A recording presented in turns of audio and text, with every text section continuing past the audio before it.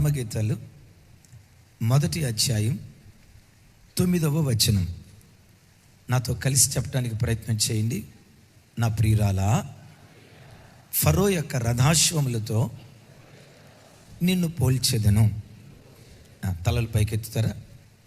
నా ప్రియురాలా, ఫరో రథాశ్వములతో నిన్ను పోల్చెదను. ఈ అద్భుతమైన వాక్యం పరమగీతాల్లో రాయబడి ఉంది. పరమగీతం అనేది పరలోకపు దేవునికి భూలోకంలో ఉన్న వధువు సంఘానికి ఉన్న ఆ చక్కటి అవినావభావ సంబంధం. మానవ భాషలో అర్థమయ్యేటట్లుగా మనుషులు వాడుకునేటువంటి పదజాలాన్ని దేవుడు ఇక్కడ వాడారు. పరమగీతం 66 పుస్తకాలలో ఇదో ప్రత్యేకమైన పుస్తకం. యేసుక్రీస్తు వారు సంఘాన్ని ఎంత ప్రేమించారు, సంఘం యేసుక్రీస్తు వారిని ఎంతగా ప్రేమించాలి, వారిద్దరి మధ్య ఉన్న ఆ బంధాన్ని చక్కగా వివరిస్తూ రాసిన పుస్తకమే పరమగీతం. అద్భుతమైనటువంటి పుస్తకం. సరే, పరలోకపు తండ్రి లేక యేసుక్రీస్తు వారు సంఘాన్ని పిలుస్తూ ఇలా అంటాడు, నా ప్రియురాలా అంటాడు. మిమ్మల్ని ఒక మాట అడుగుతాను, భార్యకు ప్రియురాలికి తేడా ఏంటి? ఏం సిగ్గుపడొద్దు, మొకవాట పడొద్దు. ఇది అడగకూడని మాట ఏమీ కాదు. అందరు నా వైపు చూడండి. భార్యకు ప్రియురాలికి తేడా ఏంటి? బ్రదర్, దుబాయ్ బ్రదర్, మీరు చెప్పండి, భార్యకు ప్రియురాలికి తేడా ఏంటి? ప్రియురాలంటే బాగా ఇష్టపడేది, భార్య అంటే ఏంటి?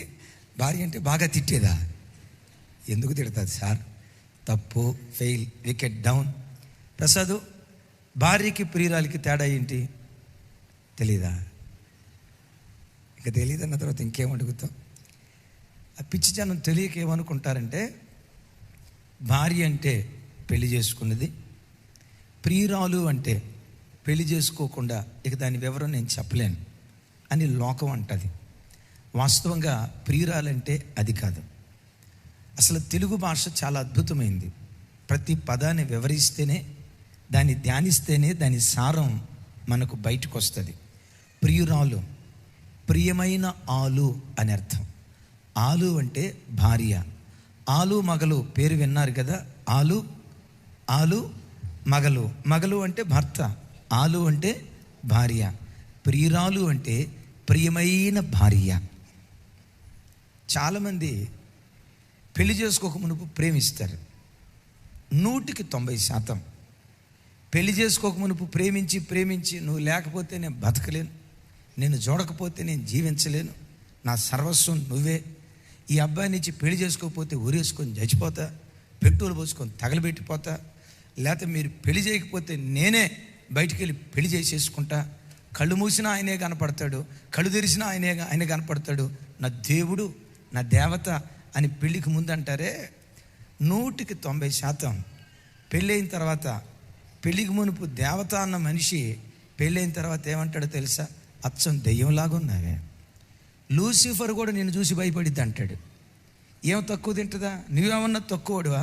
అంతకు మునుపు దావీదులాగా ఉన్నావు, ఇప్పుడు ఎట్లా ఉన్నావు? సంసోనుకు అన్నయ్యలాగా ఉన్నావు. మారిపోతాయి. ఎందుకో తెలుసా? ఇక పెళ్ళైన తర్వాత ప్రేమించుకోవటానికి ఏముండదు. ప్రేమించుకోవాల్సినంత పెళ్ళికి ముందు అయిపోయింది కదా, అయిపోయింది. అందుకే ఒక ఆయన అంటాడు, ఒక అద్భుతమైన మాట అంటాడు. ఏమంటాడు తెలుసా? నేను ప్రేమించి పెళ్లి చేసుకోను. ఎందుకు చేసుకోనంటే, ఇక పెళ్లి చేసుకున్న తర్వాత ప్రేమించడానికి ఉండదు కాబట్టి. మరి ఏం చేస్తావు? పెళ్లి చేసుకున్న తర్వాత ప్రేమిస్తాను. పెళ్లి చేసుకున్న తర్వాత ప్రేమించే దాన్ని ప్రియురాలు అంటారు. యేసుక్రీస్తు వారి సంఘాన్ని ఏమని పిలుస్తాడంటే, ప్రియురాలు అంటే నా ప్రియమైన భార్య. ప్రియురాలు అంటే గర్ల్ ఫ్రెండ్ అనే తప్పుడు ఆలోచన వదిలిపెట్టండి. వివాహం కాకమునుపు ఒక ఆడ స్నేహితురాల్ని కలిగి ఉండటం ప్రియురాలు, అది వాక్యానుసారం కాదు. ప్రియురాలు అంటే ప్రియమైన భార్య. జీవము కలిగిన దేవుని సంఘం యేసుక్రీస్తు వారికి ప్రియమైన భార్య. ఎలా ప్రియమైన భార్య అయింది? ఆ రోజుల్లో వివాహ వ్యవస్థకు ఈ కాలంలో ఉన్న వివాహ వ్యవస్థకు చాలా తేడా ఉంది. ఈ కాలంలో ఒక అబ్బాయి ఒక అమ్మాయిని వివాహం చేసుకోవాలంటే ఆ అమ్మాయి కట్నం ఇవ్వాలి, ఎంత లకారాలే, ఇడుగు ముక్కు మొఖం ఉన్నా లేకపోయినా లకారాలే. ఎంత 1,00,000 10 లక్షలు జీతం ఎంతరా నాయన? నెలకు 1,000 రూపాయలు. Praise God. గమనించండి, ఈ కాలంలో ఆడపిల్ల కట్నం ఇచ్చి పెళ్లి చేసుకుంటారు. పాత రోజుల్లో ఏంటో తెలుసా? ఆడపిల్ల కట్నం ఇవ్వటం బైబిల్లో పాత నిబంధనలో లేదు. బైబిల్లో ఆదిలో ఉన్న ఆచారం ఏంటంటే ఓలి, కట్నం కాదు. చెప్పండి, ఓలి అంటే హోలీ అనుకునేరు కాక, హోలీ పండగ కాదు. ఓలి అంటే ఆడపిల్లకే ఎదురు కట్నం ఇచ్చి, ఆడపిల్ల తల్లిదండ్రులకి, మామయ్య నా కొరకు ఒక కూతుర్ని కని పెంచి 25 సంవత్సరాలు పెద్ద చేశారు, ఈ బిడ్డను పోషించడానికి ఎంతో ఖర్చు అయి ఉంటుంది కదా, చదివించడానికి ఎంతో ఖర్చు అయి ఉంటుంది కదా, మామయ్య ఈ పిల్లని పెంచి పెద్ద చేయటానికి మీరు ఎంతో ప్రయాసపడి ఉంటారు కదా, ఇదిగో నాకు నీ కూతుర్ని నా కానుకగా ఇస్తున్నందుకు కృతజ్ఞతగా నేను ఇస్తున్నానని ఎదురు ఓలి ఇచ్చి ఆడపిల్లని తెచ్చుకునేవాళ్ళు. హల్లెలూయా. చూసారా, ఆడవాళ్ళు పెద్దగా చెప్పారు.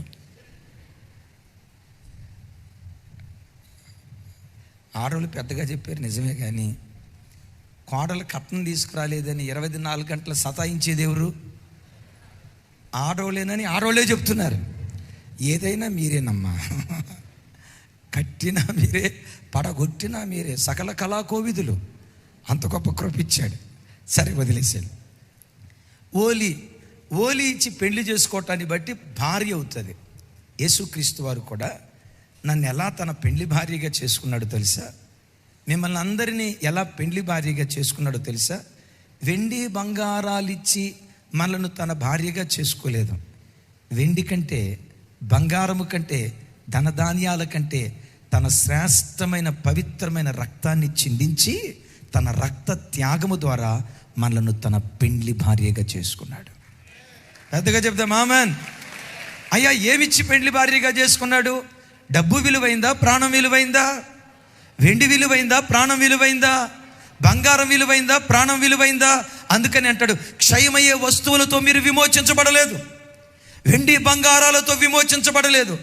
యేసయ్య తన ప్రాణాన్ని తాకట్టు పెట్టి, తన ప్రాణాన్ని చెల్లించి, ప్రాణమిచ్చి అంతగా మనలను ప్రేమించి తన ప్రాణ త్యాగము ద్వారా తన స్వకీయ సంపాద్యంగా చేసుకున్నాడు. Praise the lord.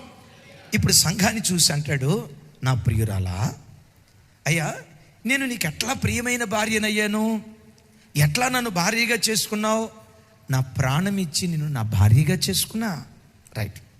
నా ప్రియురాలా, ప్రతి మనిషికి నా భార్య ఎలా ఉండాలి, నా భార్య గుణగణాలు ఎలా ఉండాలి, ప్రతి వ్యక్తి కలలు కంటాడు. నా వైపు చూస్తున్నారు కదా, ప్రతి పురుషునికి, ప్రతి భర్తకు నా భార్య ఎలా ఉండాలి, నా భార్య గుణగణాలు ఎలా ఉండాలి, నా భార్య రూపురేఖలు ఎలా ఉండాలి, ఇలాంటి సొగసైనదై ఉండాలని ప్రతి పురుషుడు కలలు కన్నట్లుగానే మన ఆరాధ్య దైవం ప్రాణం పెట్టి నేను కొనుక్కున్న నీ దేవునికి కూడా తన పెండ్లి భార్య ఎలా ఉండాలో ఆయనకు ఒక ఆశ ఉంది. ఎట్లా ఉండాలి ఆయన పెండ్లి భార్య? ఫరో రథాలకు అశ్వాలు కట్టబడ్డాయే, ఫరో రథాలకు కట్టబడిన అశ్వాలు ఎలా ఉన్నాయో తన పెండ్లి భార్య కూడా అలా ఉండాలి అనేది దేవుని ఆశ. అశ్వము అంటే పెద్దగా చెప్పాలి, వినపల్లా. ఎవరైనా భర్త భార్య వైపు చూసి, భార్య అచ్చం గుర్రంలాగే ఉన్నావే అనంటే ఏం చేస్తా చెప్పండి? ప్రైజ్ ది లార్డ్ అంటదా? ఏం పోలికయ్యా ఇది అని అంటది కదా. ఒకసారి మీరు ఆలోచించండి. దేవుడు తాను వివాహం ఆడబోయే తన పెండ్లి భార్యను ఫరో రథాలకు కట్టిన రథాశ్వాలతో పోల్చి నువ్వు గుర్రం లాంటి దానివి అంటాడు. వినండి, ప్రపంచంలో ఆ రోజుల్లో ప్రపంచ దేశాల్లో చాలా గుర్రాలు ఉన్నాయి. అయితే ప్రపంచంలో ఉన్న గుర్రాలన్నిటిలో మేలు జాతి గుర్రాలు ఐగుప్తు దేశంలోనే ఉండేవి. ఈరోజు అమెరికా, యూరోపియన్ కాంటినెంట్లో మేలు జాతి గుర్రాలు ఉన్నాయి. కానీ బైబిల్ చరిత్ర రాయబడిన ఆ దినాలలో మేలు జాతి గుర్రాలు ఐగుప్తు దేశంలో ఉండేవి. అందుకనే ఆ కాలంలో ఐగుప్తు రథాలన్నా, ఐగుప్తు సైన్యమైన చాలా బలమైనది. ఫరో చెడ్డవాడిగానే మనం చూస్తాం, కానీ ఫరో దగ్గర వాడబడే గుర్రాలు ఉన్నాయే అవి మేలు జాతి గుర్రాలు. అంటే యేసుక్రీస్తు తన స్వరక్తం ఇచ్చి సంపాదించిన సంఘంలో వాక్యాన్ని బోధించే సేవకుడు, వాక్యం వినే ప్రతి విశ్వాసి, యేసుక్రీస్తు రక్తముతో కడగబడిన ప్రతి క్రైస్తవుడు మేలుజాతి గుర్రాలుగా దేవుని సన్నిధిలో బ్రతకాలి. పెద్దగా చెప్తే ఆమేన్. అన్నయ్య, గుర్రం గుర్రం గుర్రం అంటున్నారు, అశ్వం అశ్వం అంటున్నారు. ఏంటి దానిలో ఉన్న ప్రత్యేకత? దరిదాపుగా 9 ప్రత్యేకతలు ఉన్నాయి. ఈరోజు 3 చెప్తా. విచిత్రం చూడండి. వింటున్నారా తమ్ముడు? వింటున్నావా? దేవుడు ఎలా ఉండాలని కోరుకుంటున్నాడు? చెప్పాలి. గుర్రంలాగా. ఏ గుర్రం? మేలుజాతి గుర్రంలాగా ఉండాలనుకుంటున్నాడు. రైట్. గుర్రం అంటంతో it's the symbol of brave, ధైర్యానికి ప్రతీక. ఎందుకు దీన్ని ధైర్యానికి ప్రతీకగా వాడతారు? గమనించండి. రాజులు కానీ సైనికులు కానీ యుద్ధానికి వెళ్ళేటప్పుడు, శత్రువుతో పోరాటానికి వెళ్ళేటప్పుడు, మారణాయుధాలు తీసుకొని ఆయుధాలతో శత్రువుని ఎదుర్కోవటానికి వెళ్ళేటప్పుడు సైనికులు వాడే జంతువేది? గాడిదని తీసుకెళ్తారా, గుర్రాన్ని తీసుకెళ్తారా? దున్నపోతుని తీసుకెళ్తారా, గుర్రాన్ని తీసుకెళ్తారా? ఎద్దుని తీసుకెళ్తారా, గుర్రాన్ని తీసుకెళ్తారా? జింకని తీసుకెళ్తారా, గుర్రాన్ని తీసుకెళ్తారా? జింక అందంగా ఉంటుంది కదా సార్, తీసుకెళ్ళొచ్చుగా. అన్న, గాడిద కూడా బరువులు మోస్తుందా లేదా? గాడిద బరువులు మోస్తుందా లేదా? మరి బరువులు మోసే గాడిదని తీసుకెళ్ళొచ్చుగా. బరువులు మోయదా? మోస్తుంది. ఎద్దు బలంగానే ఉంటుంది, ఎద్దుని యుద్ధానికి తీసుకెళ్ళొచ్చు కదా. ఎందుకు వీటికి యుద్ధాన్ని తీసుకుని వెళ్ళలేరు తెలుసా?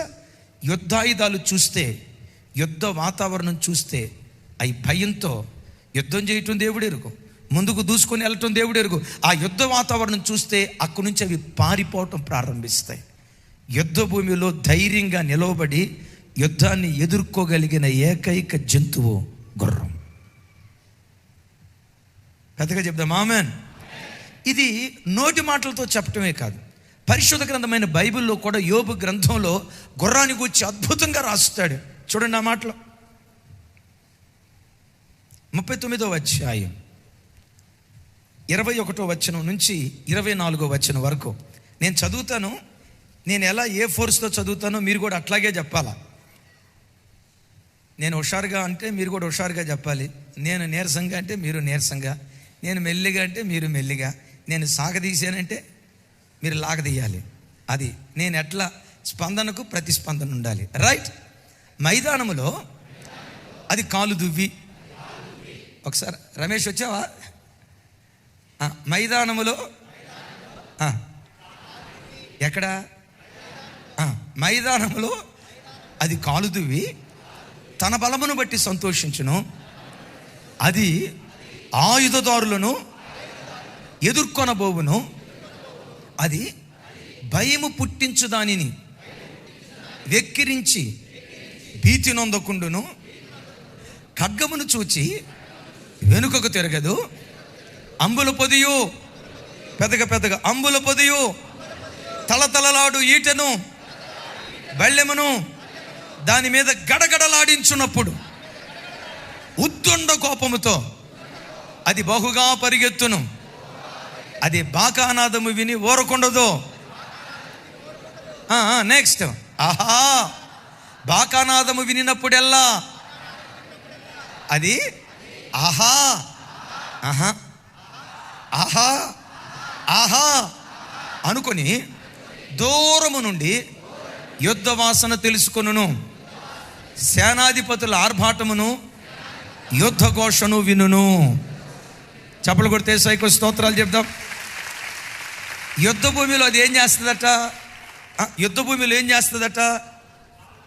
కాలు ఎప్పుడు దూవుతారు? ప్రత్యర్థి ఉన్నాడు, ప్రత్యర్థి మీద ఎప్పుడు కాలు దూవుతారో తెలుసా? ఎప్పుడు కాలు దూవుతారో తెలుసా? రారా చూసుకుందాం, నీ దమ్మెంతో. ఆ దమ్ము కూడా దమ్ము లేనట్టు చెప్తే అట్ట, దమ్ముతో చెప్పండి. నీ దమ్మెంతో, నీ పరాక్రమం ఎంతో, నీ బలం ఎంతో, నా బలవంతో తేల్చుకుందాం రా అని ఆ కాలు దూవుతారు చూసారా? యుద్ధ భూమిలో నిలవబడితే రా నీ దమ్మెంతో నా దమ్మెంతో తేల్చుకుందామని యుద్ధ భూమిలో కాలు దూవుతుందట. ఎదురొచ్చేవాడు ఆయుధాలు తీసుకొని వస్తూ ఉంటే, అమ్మో వాడి చేతిలో ఆయుధాలు ఉన్నాయి, వాడి చేతిలో కత్తి ఉంది, వాడి చేతిలో బళ్ళెం ఉంది, వాడి చేతిలో ఈటు ఉందని బళ్ళాన్ని చూసి కత్తిని చూసి అది పారిపోదట. ఆయుధదారులను అరే అక్కడ రాసింది కదండి 22, ఆయుధదారులను. అది భయము పుట్టించు దానిని. ఇప్పుడు అంటే ఎవడైనా భయంతో గుర్రమా నీ అంతు తేలుస్తా అని ఇట్లా అన్నారు అనుకోండి, ఏం చేస్తాంట ఆయన చూసి, బాంచా నీ కాళ్ళు మొక్కుతా, నన్ను ఏమనుకో, నీకు దండం పెడతా అని అంటదా? ఏమంటదంట? ఎక్కిరిస్తుందట. భయము పుట్టించు దానిని ఎక్కిరించి భయానికే భయాన్ని పుట్టిస్తుందంట. ఏది చెప్పాలి. అట్లా కాదని చెప్పి దాని మీద ఖడ్గాన్ని, తలతలలాడు ఈటెను, నెక్స్ట్ వచ్చిన అంబుల పొదియు తలతలలాడు ఈటె బళ్ళెమును దాని మీద దాని దగ్గరికి తీసుకొచ్చి ఇట్లా కత్తిని, ఖడ్గాన్ని, ఈటిని ఇట్లా అన్నాం అనుకోండి, చూసంట ఉద్దండ కోపంతో రారా నీ దమ్మేంటో నా దమ్మేంటో తెలుసుకుందామని అట్లా దూకిద్దట. అందుకనే దానిలో ఉన్న పరాక్రమం, దానిలో ఉన్న ధైర్యమే యుద్ధంలో రాజులు, సైనికులు గుర్రాన్ని వాడుకోవటానికి కారణమైంది. నా ప్రియురాలా, ఫరో రథాలకు కట్టిన రథాశ్వాలతో నిన్ను పోలుస్తాను అని ఎందుకన్నాడో తెలుసా? ముందు ఎర్ర సముద్రం, ముందుకు వెళ్తే ఏమైపోతో, మునిగి చచ్చిపోయే ప్రమాదం. అలాంటి భయకంపితమైన సముద్రాన్ని చూసి కూడా గుర్రాలు వెనుదిరగలేదు. సముద్రంలో కూడా నడుచుకుంటూ వెళ్ళటానికి ముందుకు సాగిపోయాయి. అంటే గుర్రం దేనికి గుర్తంటే యుద్ధంలో పరాక్రమాన్ని, అంటే ధైర్యానికి అది ప్రతీకగా ఉంది. క్రైస్తవ జనమా, నా వైపు చూడండి. పుట్టిన నాటి నుండి నేటి వరకు నీ జీవితంలోనైనా నా జీవితంలోనైనా ఎప్పుడు ఏదో ఒక పోరాటం మనం అనుభవిస్తూనే ఉంటాం, పుట్టిన నాటి నుండి.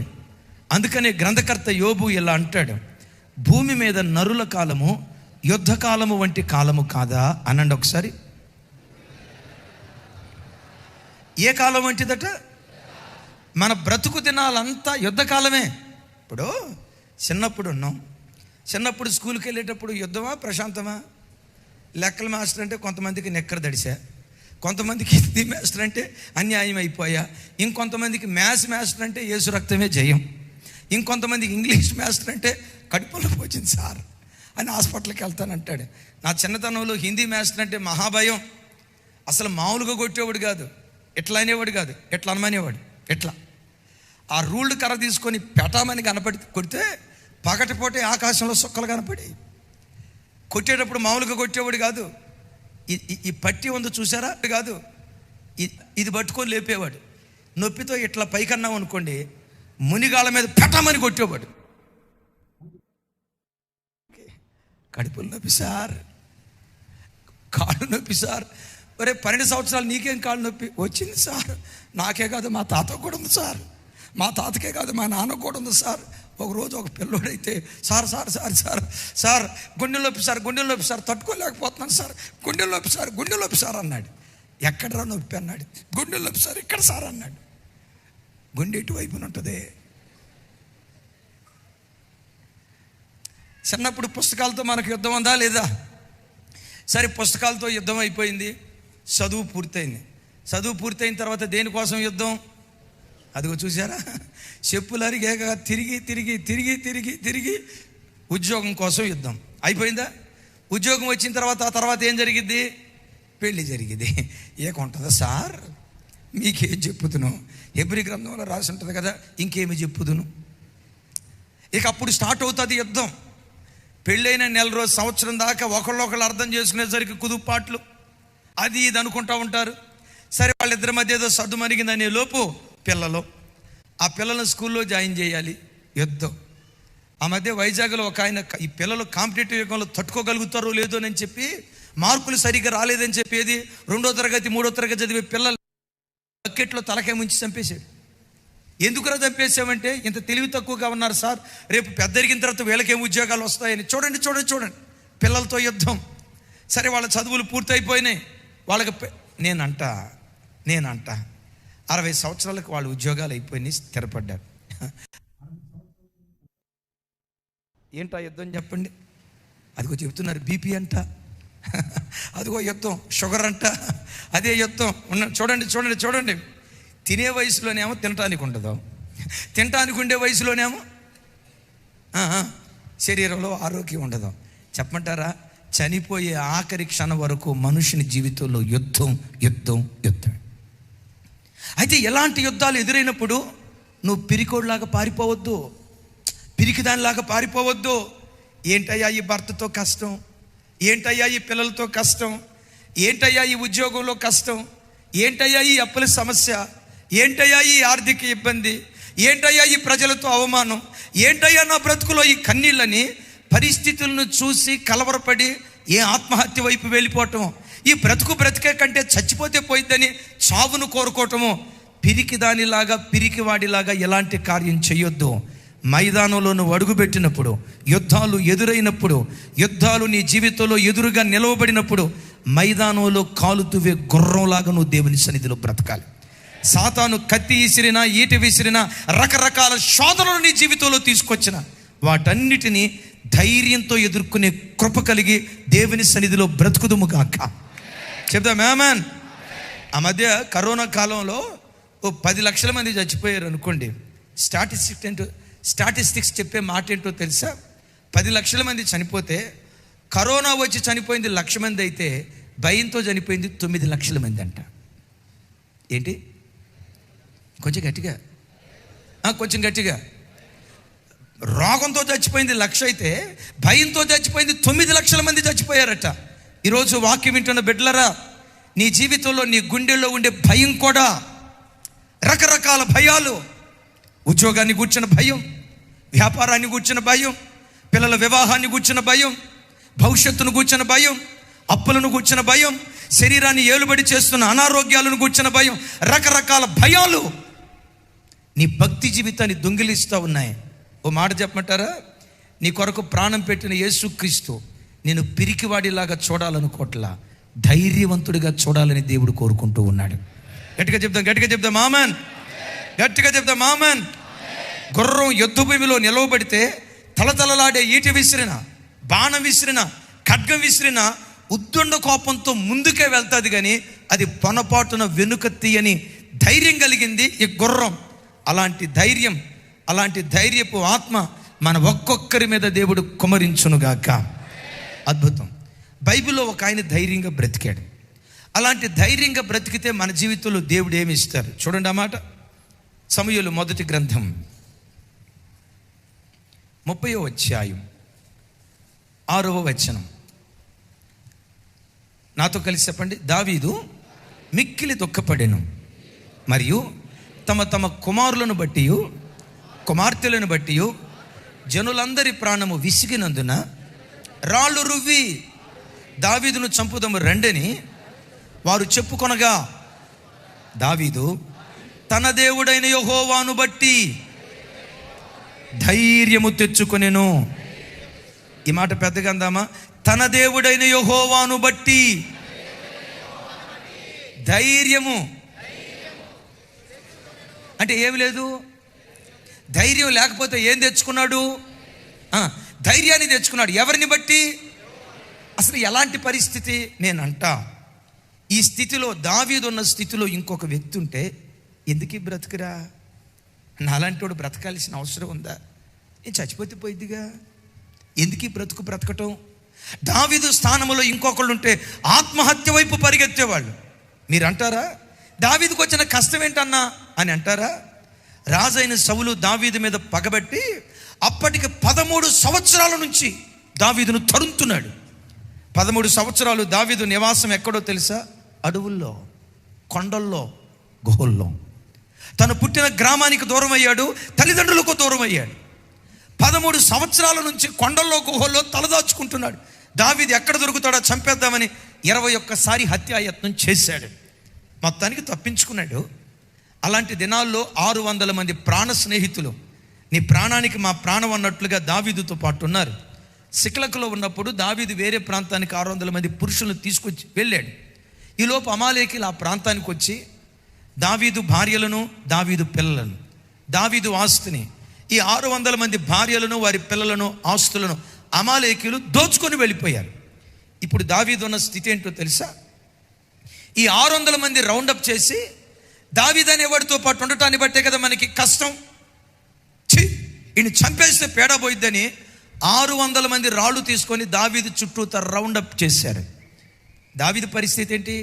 నంబర్ 1, రాజు అయిన సౌలుతో 13 సంవత్సరాలు బట్టి తరం పడుతున్నాడు. నంబర్ 2, భార్యలను పోగొట్టుకున్నాడు. నంబర్ 3, పిల్లలను పోగొట్టుకున్నాడు. నంబర్ 4, ఆస్తిని పోగొట్టుకున్నాడు. నంబర్ 5, ప్రాణ స్నేహితులని పిలువబడిన వారే ప్రాణం తీయటానికి రాళ్ళు తీసుకుని దావీదును చంపటానికి నిలవబడ్డారు. ఎలాంటి పరిస్థితి? రాజు చేత తరమబడుతున్నాడు 13 సంవత్సరాల నుంచి. కళ్ళ ముందు భార్యలు దూరం అయిపోయారు, కళ్ళ ముందు పిల్లలు దూరం అయిపోయారు, యావదాస్తుని కోల్పోయాడు. ప్రాణ స్నేహితులు ప్రాణం తీయటానికి రాళ్ళు తీసుకొని సిద్ధపడ్డారు. దావీదు స్థానంలో కనుక ఇంకొకళ్ళు ఉంటే ఏమనేవాళ్ళు తెలుసా? ఒరే నాయన, మీరు చేసే పుణ్యకార్యం ఏదో తొందరగా చేయండి రా నాయన. ఆత్మహత్య చేసుకుంటే నేను నరకానికి పోతానేమో, ఆత్మహత్య చేసుకుంటే నా ఆత్మ నరకానికి అప్పగించబడిద్దేమో, నన్ను చంపితే అదేదో పుణ్యం కట్టుకోండిరా, ఈ బాధలు నేను భరించలేనని రాళ్ళు రువ్వమని ఇంకొకళ్ళు పురికొలిపేవాళ్ళు, ఉసిగొలిపేవాళ్ళు. ఒకవేళ రాళ్ళు రువ్వటం కష్టమైనా వేరే స్థలానికి వెళ్ళి అఘాయిత్యం చేసుకునేవాళ్ళు. కానీ దావీదు ఏం చేశాడో తెలుసా? మైదానంలో గుర్రం కాలు దువ్వినట్లుగా, కత్తి ఖడ్గము తలతలలాడుతూ మెడ మీద అల్లాడుతూ ఉన్న గుర్రం ధైర్యంగా ఉన్నట్లుగా దావీదు తన దేవుడైన యెహోవాని బట్టి ధైర్యం తెచ్చుకున్నాడు. నా వైపు చూడండి బిడ్డలారా, దావీదు భార్యలను కోల్పోయాడు, పిల్లలను కోల్పోయాడు, ఆస్తిని కోల్పోయాడు, ప్రాణభయంతో తరమబడుతూ ఉన్నాడు. నిన్ను అడుగుతా, ఏ భయంతో దేవుని సన్నిధిలో కూర్చున్నావు? కట్టుకున్న భార్య దూరమైందా? కడుపున పుట్టిన పిల్లలు శత్రువులు అయిపోయారా? ఒకప్పుడు మంచి ఉద్యోగం, మంచి ఆర్థిక స్థితి, ఆ స్థితిగతులన్నీ తలకిందులైపోయి సర్వాన్ని కోల్పోయి ఎక్కడ ధనవంతుడిగా బ్రతికేవో అదే స్థలంలో దరిద్రుడిగా కనపడుతున్నావా? ఒకప్పుడు నేను చూసి లేచి నిలవబడిన వాళ్ళు సైతం ఇప్పుడు పెదాలు విరుస్తున్నారా? వెక్కిరిస్తున్నారా? ఎగతాళిగా మాట్లాడుతున్నారా? ప్రాణానికి ప్రాణం అని పిలుచుకున్న వాళ్ళే ఈరోజు నీ ప్రాణం తీయటానికి బయలుదేరి ప్రాణశత్రువులుగా మారిపోయారా? అలాంటి దయనీయ స్థితిలో ఒకవేళ ఈ ఆరాధనకు వచ్చిన నీ బ్రతుకు కూడా అలాంటి స్థితిలో ఉందా?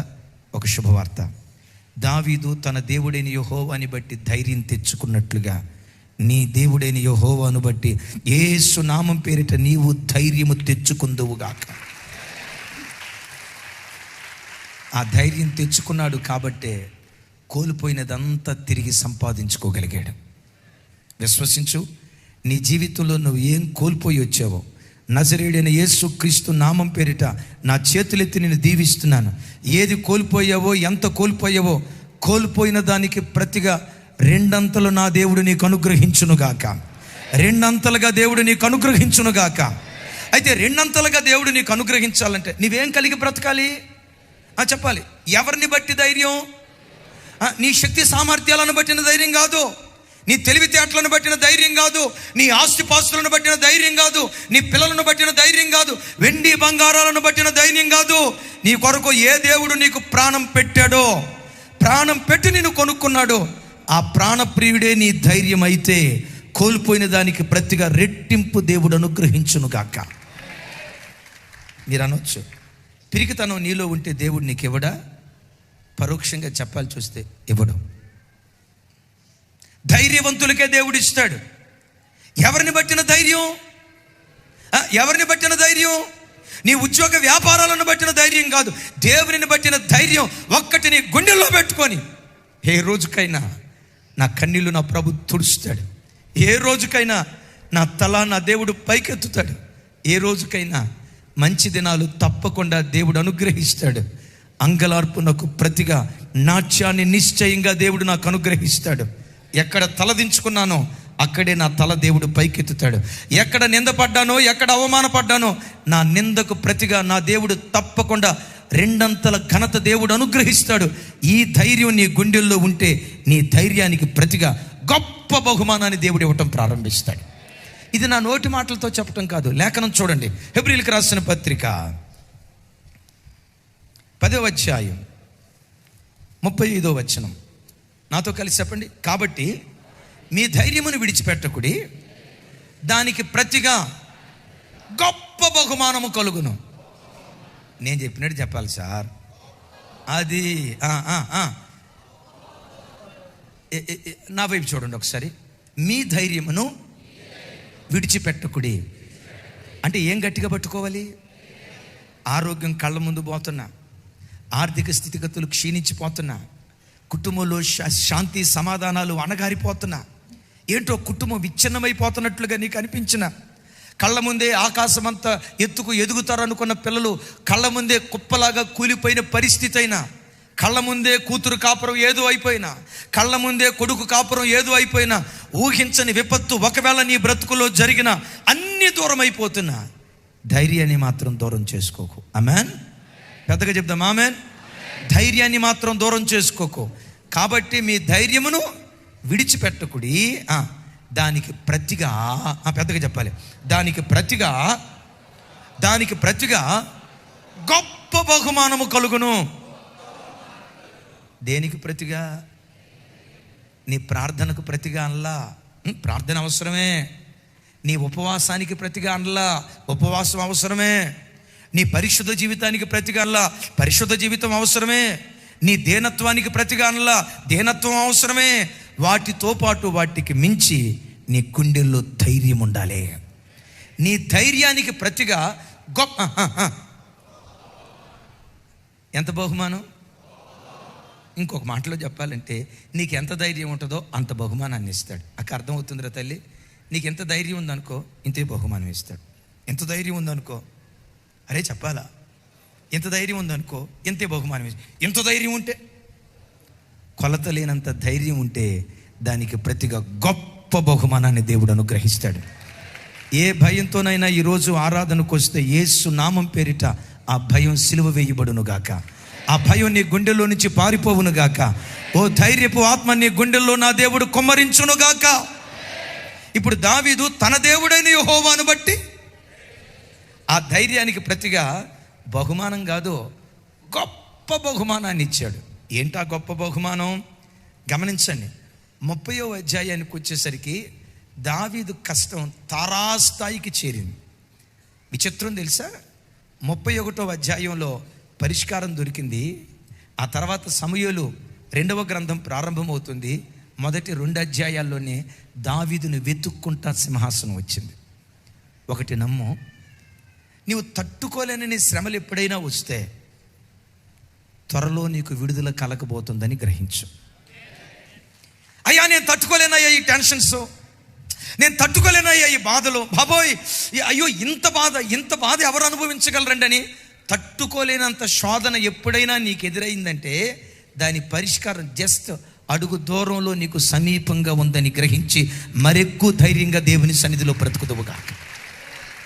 అయ్యలారా అమలారా, ఏ భయంతో వచ్చారు, ఏ కలవరంతో వచ్చారు, ఏ దిగులుతో వచ్చారు?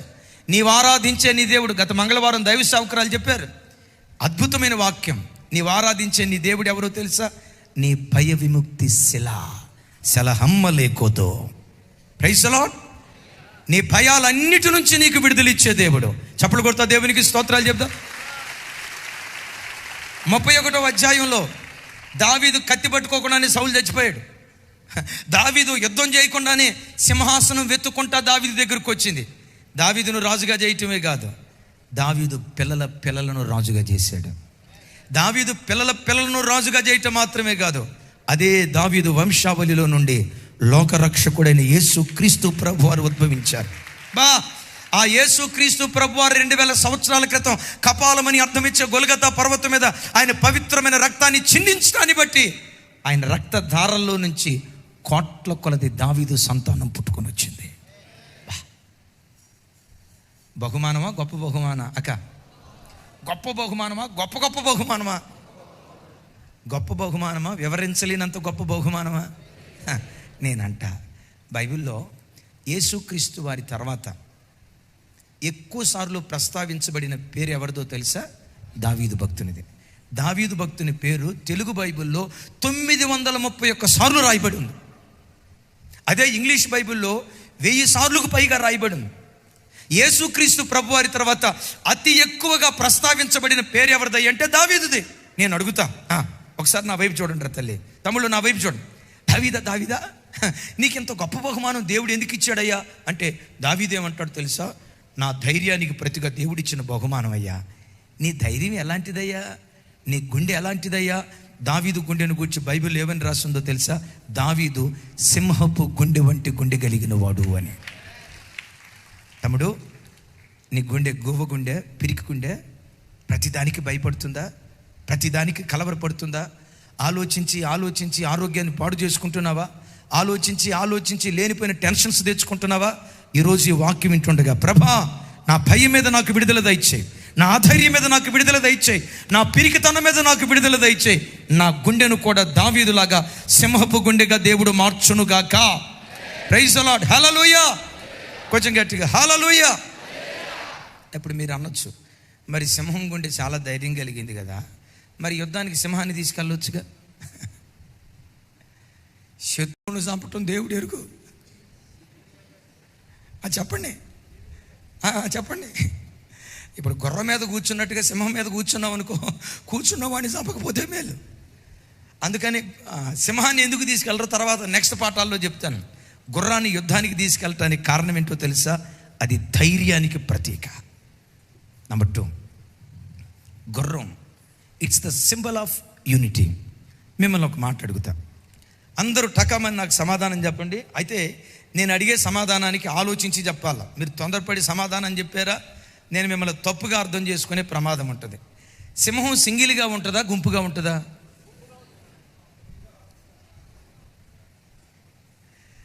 సింహం సింగిల్గా ఉంటుందా, పందులు సింగిల్గా ఉంటాయా? సింహం గుంపులుగా ఉంటాయా, పందులు గుంపులుగా ఉంటాయా? సింహం. మీరు సింగిల్ అన్నారంటే మీలో కొంతమంది సినిమా డైలాగులు వినే బ్యాచ్ ఉందని అర్థం. డేవిడ్ అన్న అర్థమైందా? సినిమా డైలాగులు వినే బ్యాచ్. భాస్కర్ అన్న వినాలా? సినిమా డైలాగులు వినే బ్యాచ్ ఇక్కడ ఉందని జాగ్రత్త.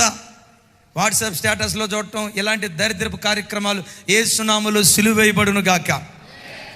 జనాలు అనుకున్నట్లుగా అది వాస్తవం కాదు. సింహం మ్యాక్సిమం గుంపుగా ఉంటుంది. తాను ఒంటరిగా ఉన్న సందర్భాల్లో సింగిల్గా ఉంటుందేమో కానీ ఏ lion social animal like that. గుర్రం కూడా సింగిల్గా ఉండటానికి ఇష్టపడదు. గుర్రం ఎప్పుడు గుంపుగా ఉండటానికి ఇష్టపడుతుంది. గుర్రాల మధ్యలో బ్రతకటానికి ఇష్టపడుతుంది. పెద్దగా చెప్పండి, ఎక్కడ బ్రతకటానికి?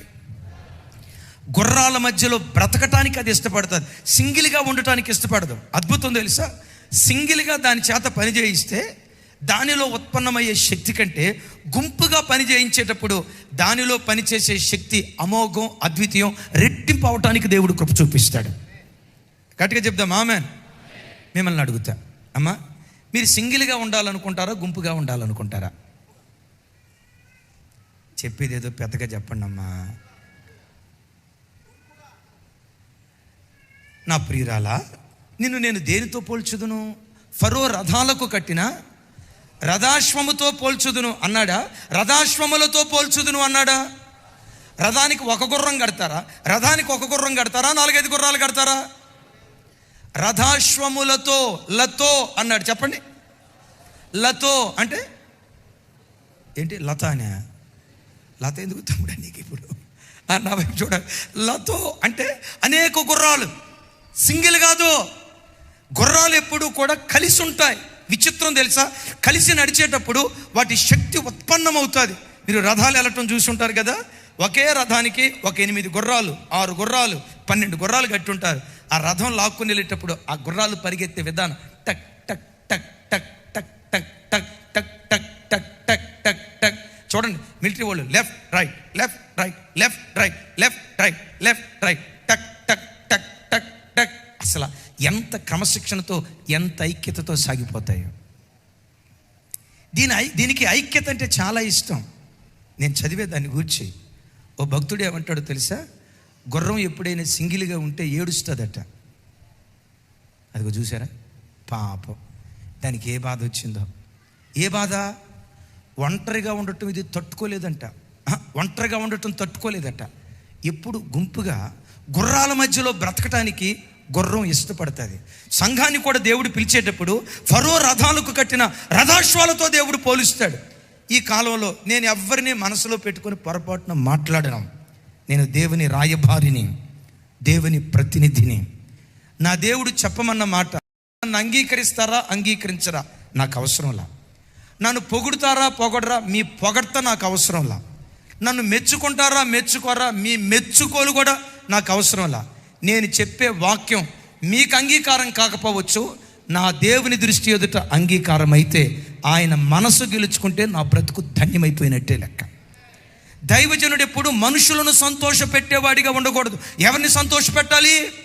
ఏ దేవుడి పరిచర్య ఇచ్చాడో, ఏ దేవుడు మిమ్మల్ని వాక్యంతో పెంచమని ఇన్ని వేల మంది ప్రజలని సంఘానికి దేవుడు ఇచ్చాడో నమ్మి, ఏ దేవుడు నా చేతులకు మిమ్మల్ని అప్పగించాడో ఆ దేవుడిని సంతోషపెట్టే పరిచర్య నేను చేయాలి. నేను చెప్పిన వాక్యాన్ని బట్టి ప్రసాద్ ఏమనుకుంటాడు? నాకు ప్రసాద్తో సంబంధం లేదు. విలియం ఏమనుకుంటాడు? విలియంతో నాకు సంబంధం లేదు. నేను చెప్పే మాటను బట్టి నా దేవుడు ఏమనుకుంటాడు, అది నాకు ముఖ్యం. ఈ కాలంలో ఎక్కువగా కొంతమంది ఆడోళ్ళు పెళ్ళయి వస్తారా, అత్తారింటికి వస్తారా, ఒక 2 నెలలు కాపురం చేసిన తర్వాత, ఏమండి మీతో పర్సనల్గా ఒక ముఖ్యమైన మాట మాట్లాడాలి, మాట్లాడండి చెప్పమ్మా. ఏం మాట్లాడదాం అనుకుంటున్నావు? ఇక్కడ కాదండి, మనం లుంబిని పార్క్కి వెళ్ళి చెట్టు కింద కూర్చొని ప్రశాంతంగా ఐస్ క్రీమ్ తింటా, తిను ప్రశాంతంగా ఐస్ క్రీమ్ తింటా, ఒకళ్ళ వైపు ఒకళ్ళు చూసుకుంటా, కళ్ళల్లో కళ్ళు పెట్టి మనం మాట్లాడుకుందామండి, నా పర్సనల్ ఒకటి మాట్లాడాలి అని అంటది. ఈ మాట వింటంతోటే వీడెక్కడో ఊహల్లోకం 3వ ప్రపంచానికి పోయి ఉంటాడు. పర్సనల్గా మాట్లాడదామంటుంది. ఇదంతా అది ఇంట్లో కూడా కాదంట, రహస్యంగా సీక్రెట్ ప్లేస్లో, అది లుంబిని పార్క్ ప్లేస్ సెలెక్ట్ చేసింది. అబ్బాబ్బాబ్బాబ్బా, ఏమంటారు, సాగర తీరానా? ఏ సాగర్? అదే హుస్సేన్ సాగర్ తీరాన ఆ చల్లటి చిరుగాలి, అక్కడే చెయ్యెత్తి ఆశీర్వదిస్తున్న అంబేద్కర్ గారు, అటు పక్కే ఎన్టీఆర్ గార్డెన్స్, అటు పక్కే అద్భుతంగా కట్టబడిన అదే చెప్పాలి, అద్భుతంగా కేసీఆర్ గారి చేత కట్టబడిన అద్భుతమైన అసెంబ్లీ, వాటి అందాలు వీక్షిస్తూ, చూస్తూ కూడా కాదు, వాటి అందాలు వీక్షిస్తూ ఆస్వాదిస్తూ ఏం మాట్లాడుతుందోనని చెప్పి మొత్తానికి వెళ్ళాడు. కూర్చున్నారు. ఏం మాట్లాడుతుందని సంతోషంతో సింగిల్ ఐస్ క్రీమ్ కాదు, డబల్ చెప్పాడు. నీకు 2 నాకు 2 అన్నాడు. ఒకటి సరిపోతలే అంటే, లేదు నువ్వేం చెప్పబోతున్నావు, యాంగ్జైటీగా ఉంది, అది కాస్త కూల్ అవ్వాలంటే ఏం చెప్పాలనుకో, ఇప్పుడు ఐస్ క్రీమ్ తింటానికి కూర్చుంటారు. ఆ తల్లి చక్కగా ఐస్ క్రీమ్ ఆస్వాదిస్తా భర్తతో అంది, ఏమీ లేదండి, మిమ్మల్ని ఒక ముఖ్యమైన విషయం అడుగుదామని వచ్చా. నాన్న ఏంటో అడుగు. నేనంటే ఇష్టమా, మీ అమ్మ అంటే ఇష్టమా? అట్టెట్లా అమ్మా? అన్న చెప్పారు కదా, పెళ్ళైన తర్వాత భార్య ముఖ్యం, భార్య తర్వాతే తల్లి. అలాగని తల్లిని కించపరచడం కాదు, నా తల్లికి కూడా నేను విలువిస్తా, కానీ వివాహ వ్యవస్థ ద్వారా నువ్వు నా దానివయ్యావు గనుక మన ఇద్దరం ఏక శరీరం. నా ఫస్ట్ ప్రియారిటీ నీవే, ఆ తర్వాత మా అమ్మ. సరే మీ అమ్మ అన్నావు కదా, మీ అమ్మ కావాలా నేను కావాలా అందంట. అదేంటే ఇద్దరు కావాలా? కుడికాలు కావాలా ఎడంకాలు కావాలా అంటే, మీరు కాళ్ళతో పోలుస్తారా? నన్ను భార్యను పట్టుకొని కాళ్ళతో పోలుస్తారా? చూసిందట, వీడు ఐస్ క్రీమ్ ఎట్టాగే పట్టుకొని ఉన్నాడు, ఇక ఎట్టాగే చూస్తున్నాడు. ఆ తర్వాత ఏ ఆటం బాంబు పేలబోతుందో, ఏ 3వ ప్రపంచ యుద్ధం రాబోతుందో, ఎలాంటి పెను తుఫాను, బంగాళాఖాతంలో వాయుగుండం 120 కిలోమీటర్ల వేగంతో లోతట్టు ప్రాంతాల్లో ఉన్న వాళ్ళంతా క్షేమకరమైన స్థలాలకు వెళ్ళాలని ఇది విజయవాడ వాతావరణ హెచ్చరిక కేంద్రం నుంచి మొదటి హెచ్చరిక జారీ చేయబడింది. ఆమేనా? బంగాళాఖాతంలో వాయుగుండం పడ్డట్లుగా గుండెల్లో వాయుగుండం పడి ఉంటుంది. ఏంటి ఏమండి, సీరియస్గా మిమ్మల్ని అడుగుతున్నా, మన ఇంట్లో మీ అమ్మ ఉండాలా నేను ఉండాలా? ఇద్దరు ఉండాలమ్మా. కనిపించిన తల్లి కదా, తల్లిని అనాథ చేస్తే ఎట్టాడు సినిమా డైలాగులు నా ముందు మాట్లాడొద్దాం. ఒక వరలో ఒక కత్తి పెడతామా, 2 కత్తులు పెడతామా? యేసుప్రభు ఏం చెప్పారు? కొంతమందికి వాక్యం ఎట్ట అర్థమైద్ది, ఏవుడి కాడుకు అనుకూలంగా మరల్చుకుంటూ ఉంటారు. యేసుప్రభు ఏమన్నా ఒక వరలో 2 కత్తులు పెట్టమన్నారు కదా, సో కాబట్టి ఒక కత్తే మీ అమ్మ కావాలంటే నేను పోతా. ఎక్కడికి పో. ఆ తర్వాత దెయ్యం నిన్ను పట్టుకోకపోతే నన్ను అడుగు. మీరేమనుకుంటారు నాకు సంబంధం లేదు. దేవుని రాయబారిగా నేను చెప్పాలనుకున్న మాట కాదు, దేవుని ఆత్మ నన్ను ప్రేరేపిస్తున్న మాట మీకు చెప్తున్నా. మేము సపరేట్గా ఉంటామండి. ఈ ముసలలో ఉన్నప్పటి నుంచి ప్రతి దానికి హెరాస్మెంట్, ఈ అత్త ఉన్నప్పటి నుంచి హెరాస్మెంట్, ఈ మామ ఉన్నప్పటి నుంచి హెరాస్మెంట్, ఈ భర్త ఉన్నప్పటి నుంచి హెరాస్మెంట్, ఆడపొడుసులు ఏడపొడుసులు ఉన్నప్పటి నుంచి హెరాస్మెంట్. అదే సింగిల్ అయితే కొంతమంది అంటారు కలిసి ఉండి కొట్లాడుకునే కంటే, ఇది మీ డైలాగే అందుకనే మీకు మైక్ ఇచ్చా, కలిసి ఉండి కొట్లాడుకునే కంటే. అరే మరీ అమాయకుల్లాగా చూడకుండా తమ్ముళ్ళారా, ప్రసాద్ అన్న నువ్వు చెప్పు. కలిసి ఉండి కొట్లాడుకునే కంటే దూరం ఉండి ప్రేమగా ఉండటం మంచిదిగా. గుర్రం అట్లా అనుకోద్దు.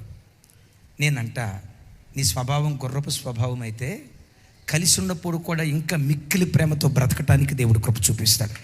2 వీడియోస్ చూపిస్తా. ముందు గుర్రం కన్నీళ్లు గార్చే వీడియో చూడండి.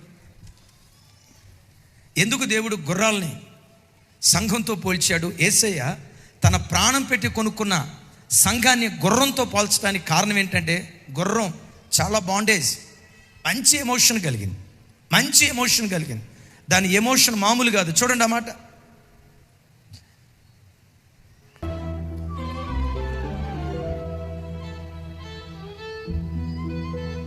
ఏడుస్తుంది గుర్రం.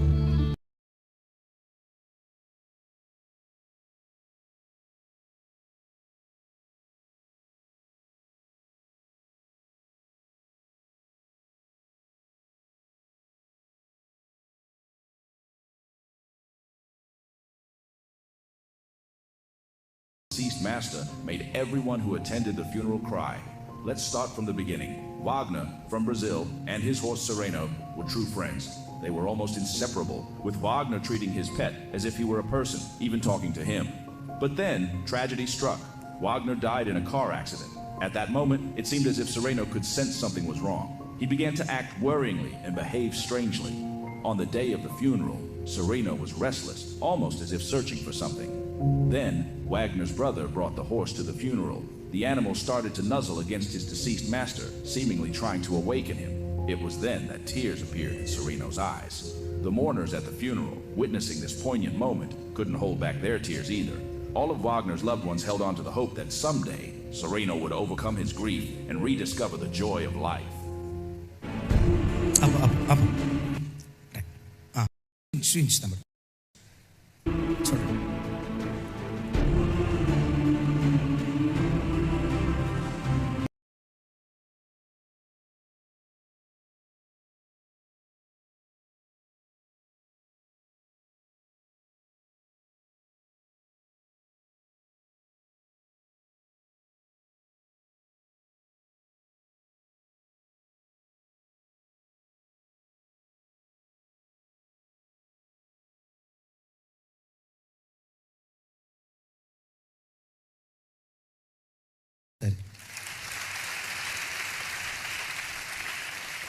యజమానుడు చచ్చిపోతే మనిషి ఏడ్చినట్లుగా ఏడుస్తుంది. యజమానుడు అనారోగ్యంతో మంచం మీద ఉంటే యజమానుడు చెయ్యి పట్టుకొని అది ఏడ్చిన ఏడ్పు చూడండి. ఇది ఎప్పుడు సంఘజీవి బిడ్డలారా. దేవుడు భూమి మీద మనకు ఒక కుటుంబాన్ని ఏర్పరిచాడు.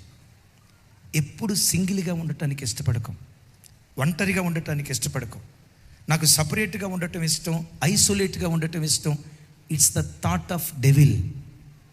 దేవుని బిడ్డలు ఎప్పుడు భర్తతో, భార్యతో, అత్తమామలతో, అన్నదమ్ములతో, అక్కచెల్లెలతో, ఆప్యాయత అనురాగాలతో బ్రతకటానికి మించిన ఆశీర్వాదం ప్రపంచంలో ఇంకొకటి ఏది లేదు. నేను ఒక మాట అడుగుతాను, మీ కుటుంబాల్లో అలాంటి ప్రేమ ఉందా? చిన్న మీరిద్దరు రండి.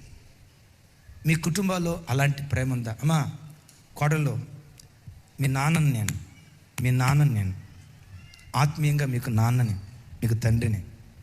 వృద్ధాప్యంలో ఉన్న అత్తమామలో ఎట్రా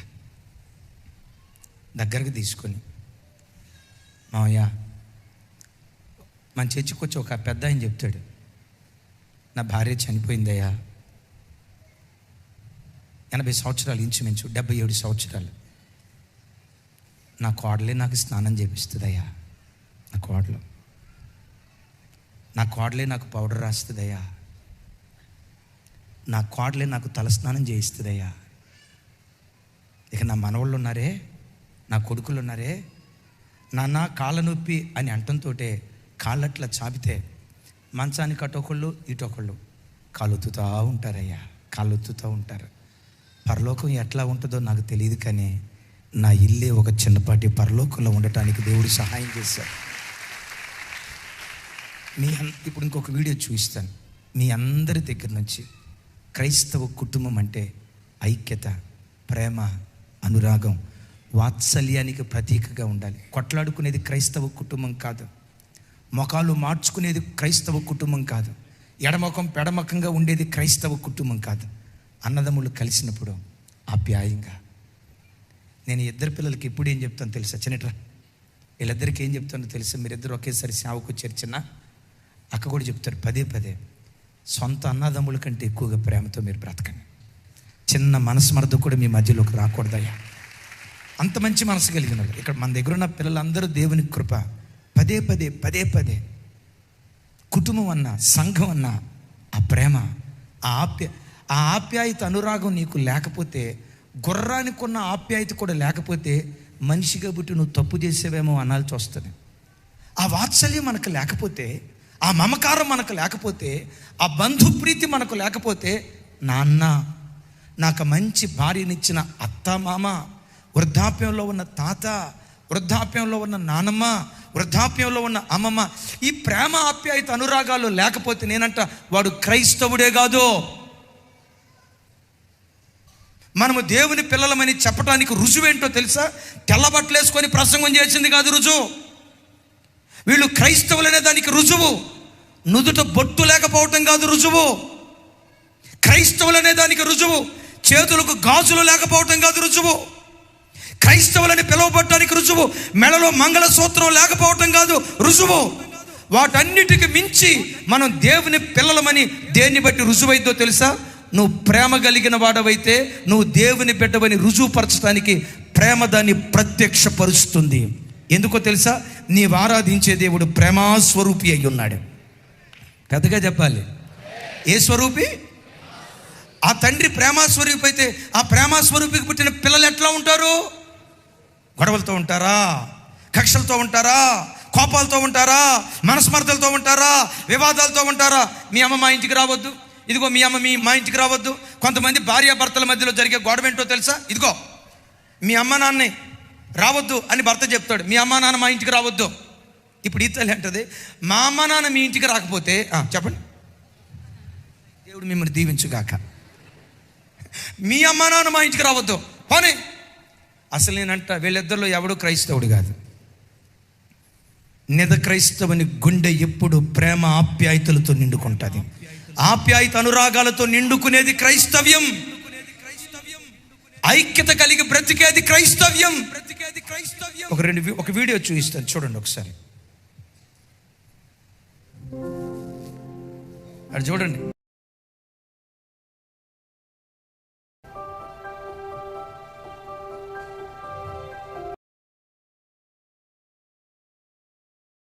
చూడండి ఎంత ఆప్యాయంగా ఉన్నారో చూడండి.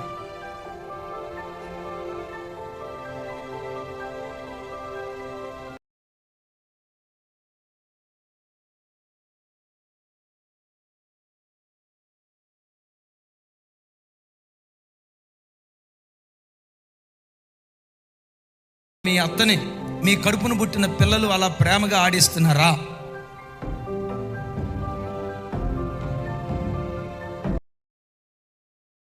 భార్య తరపు తల్లిదండ్రులనైనా ఇటు భర్త తరపు తల్లిదండ్రులనైనా ఎలాంటి ఆహ్లాదకరమైన వాతావరణం మీ ఇంటిలో ఉందా? అలాగే వృద్ధాప్యంలో ఉన్న అత్తమామలు కూడా ఆ పెద్దరికాన్ని కనపరుస్తూ ఆ పెద్ద తరగా బ్రతుకుతున్నారా? చిన్నపిల్లలాగా ప్రవర్తిస్తున్నారా?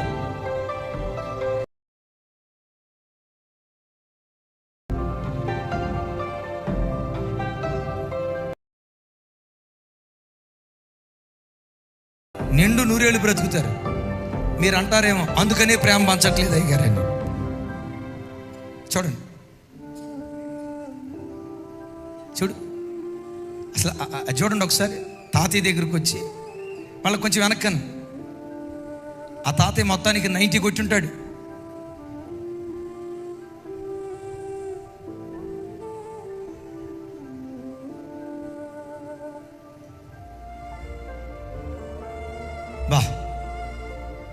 ప్రార్థన చేయి తాతయ్య.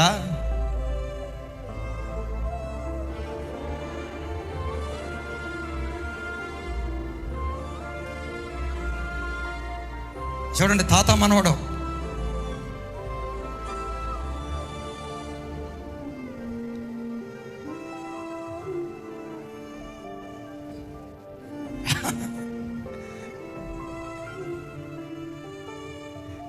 కొంచెం వెనకంచి నా బలే ఉంది. చివర ఇంకొంచెం ముందుకని టైం అయిపోయింది. కొంచెం వెనక్కి, అక్కడే. చూడండి, తాత మనవాళ్ళు.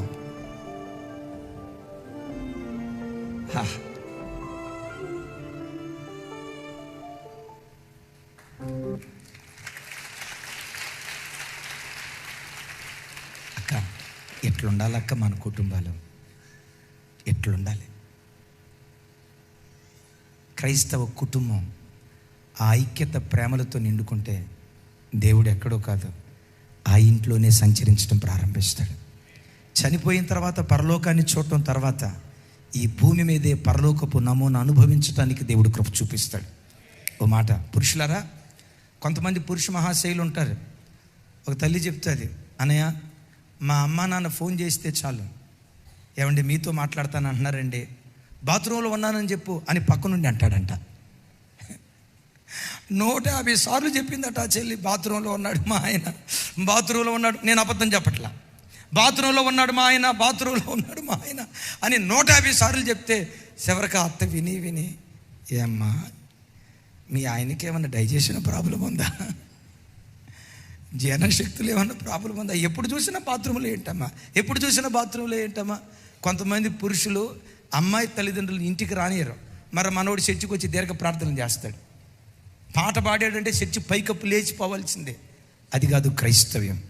క్రైస్తవ కుటుంబాలు ఐక్యత ఐక్యత ఐక్యత ఐక్యత ఐక్యత. అలాంటి ప్రేమతో మన కుటుంబాలను దేవుడు నింపును గాక.